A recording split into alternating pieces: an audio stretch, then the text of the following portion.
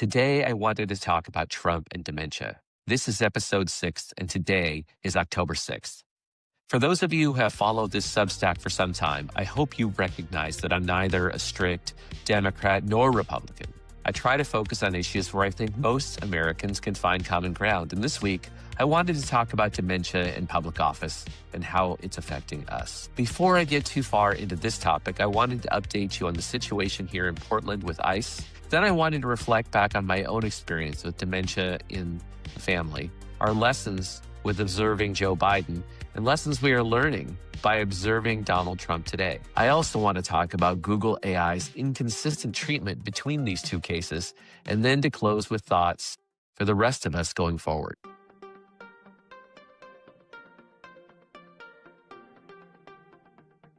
Here in Portland, the president's announcement of sending troops into the city sparked conversations across the political spectrum. Here in Portland, it's pretty clear that the majority of us, independent of our political leanings, agree on free speech and federalism. We agree on the right to protest peacefully. We agree that the local authorities accountable to our local community should handle assault and property crimes unless civil rights are violated. There is no need for federal law enforcement or a federalized Oregon National Guard to intimidate protesters. Federal Judge Immergut ruled against Trump's troop deployment despite his war-ravaged description of Portland. As my video showed, Portland isn't living in hell, and consistent with my own findings, Immergut wrote that the president's determination was simply untethered to the facts. This isn't partisan. Judge Immergut has been a registered Republican since 2003, appointed circuit judge by George W. Bush, and given a lifetime district judgeship by Trump himself in 2018. And in fairness to the judge, he's also earned strong support from Democratic Senators Wyden and Merkley.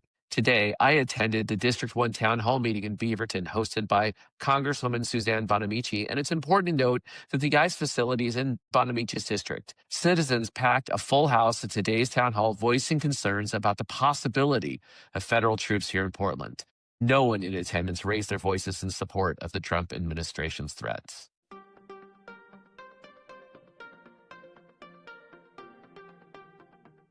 Now on to dementia. The post that sparked the most conversations in my Substack was about my dad's final years with dementia. I believe modern medicine has the unexpected impact of unprecedented levels of dementia. My dad had a heart condition, and a quadruple bypass surgery extended his life. However, his life after recovering from his surgery was one of cognitive decline. Medicine extended the life of his body, but not of his brain. My dad likely had vascular dementia from heart disease, but his death certificate listed heart disease, not dementia. This underreporting has skewed statistics massively, and a 2025 NIH-funded study from NYU, Johns Hopkins, and other institutions now reports that 42% of middle-aged adults will develop dementia. This is as common as high blood pressure or high cholesterol, but we just don't talk about it the same way. At a personal level, I worry that my own kidney treatment might similarly extend my life, leaving me vulnerable to dementia in my later years. After all, I have a family history of dementia on both sides and an APOE4 gene to boot. Dementia is happening frequently, and it's affecting the families of almost everyone I know. We just aren't comfortable discussing it.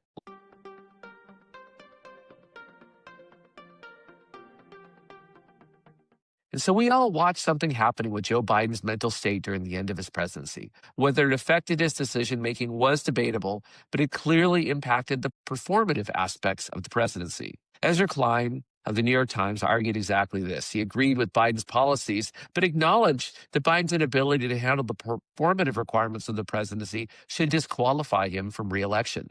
Remember Dean Phillips, the one congressman willing to sound the alarm who ran against Biden in the primaries? He wasn't debating policy, just saying Biden was too old and wasn't polling well, despite shepherding the infrastructure bill, the CHIPS Act, and the Inflation Reduction Act. After Democrats lost, Phillips was vindicated personally, but he didn't celebrate because of the party's losses. Remember Robert Hur, the district attorney handling Biden's classified documents case? As a Republican, he chose not to prosecute because of Biden's age, calling him a sympathetic, well-meaning elderly man with a poor memory. Initially, Hur's statement was dismissed as a political hit job, but the released audio tapes of his interviews with Biden proved the merit of Hur's assessment.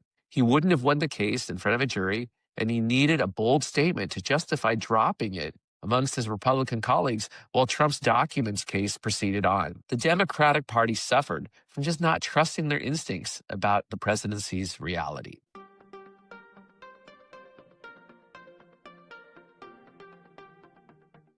We're here now with Trump.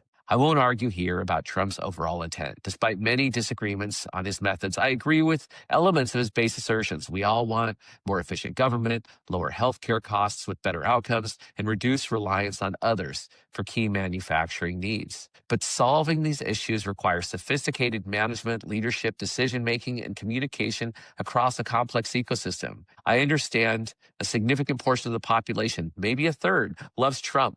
I love my dad deeply toward the end of his life, too. The question isn't about love. It's whether we want a dad controlling finances, driving, operating the stove, or even running a country at that stage. So during Biden's time, people in visible positions made the case. The signs are there with Trump, too. Less than a week ago, on September 30th, Representative Madeline Dean stated that Trump was incoherent when speaking to the company's top generals and admirals in a meeting in Quantico, Virginia. A week before that, his September 23rd UN speech was disrupted. Trump claimed by three sinister events, including a frozen escalator, broken teleprompter, and a quiet sound system. He acknowledged the teleprompter wasn't working and spoke without it, delivering remarks rambling enough to prompt front-page coverage questioning his mental acuity. Trump frequently boasts about passing the Montreal Cognitive Assessment, a basic screening test for dementia that involves simple tasks like drawing a clock. In April, the White House released a physical declaring him in excellent health. But we've seen this playbook before. I know medical diagnosis isn't for the general population, and these are private matters. But we should scrutinize whether our leader's presentation strengthens us or puts us at risk. Ezra Klein, Dean Phillips, and Robert Hurd did the brave thing. They didn't take the easy path. They spoke the truth. We're in the Trump era now. Who will come forward? Personally, I think it's time to invoke the 25th Amendment.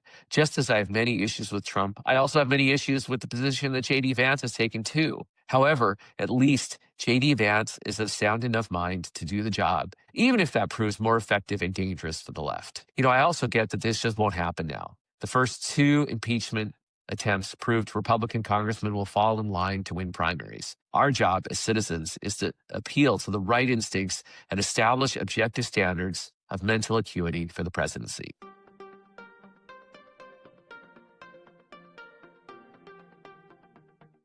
The problem with Google. Too many Americans have stopped thinking for ourselves. We accept CNN or Fox News and social media feeds that reinforce one-sided opinion. What's happening with Trump and happened with Biden is apparent to anyone who's experienced dementia in their own families. Yet, we rely on narratives.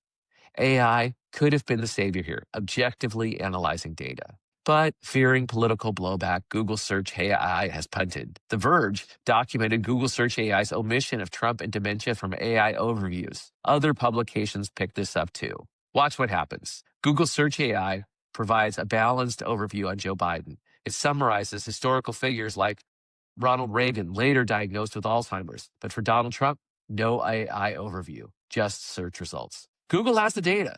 Digging into Google Gemini reveals what Search AI won't. Signs and declines, White House counterstatements, ethical considerations, and this conclusion. In summary, there is no confirmed medical diagnosis of dementia or cognitive impairment of Donald Trump. However, his public behavior and speech have led several independent mental health experts to raise concerns and suggest he exhibits signs consistent with cognitive decline that warrant a more comprehensive medical evaluation. These claims are countered by the official medical records released by the White House. What would be wrong with Google Search AI providing this summary? Google Gemini also offered an answer citing political sensitivity. News reports have noted that Google AI Overview has explicitly refused to generate summary for some searches concerning the mental acuity of one political figure, while providing a cautious summary for a similar query about another. This suggests specific, highly sensitive filters applied to certain individuals or controversial topics to avoid political backlash or being forced to take a position. The impact. The Democratic Party still suffers from what Jake Tapper and Alex Thompson called original sin. But this just wasn't about losing an election. History will show how it enabled a presidential term where legal, judicial, and constitutional violations became normalized. Republicans would be wise to recognize Trump's very low approval numbers and that freedoms are good for popularity. Why do you think the NFL chose Bad Bunny for the Super Bowl halftime show in 4 months? Supporting diversity and international appeal is good for business. Imagine that. My point is simple. Highlight what most Americans agree on. Thanks for listening, and I'll see you next week.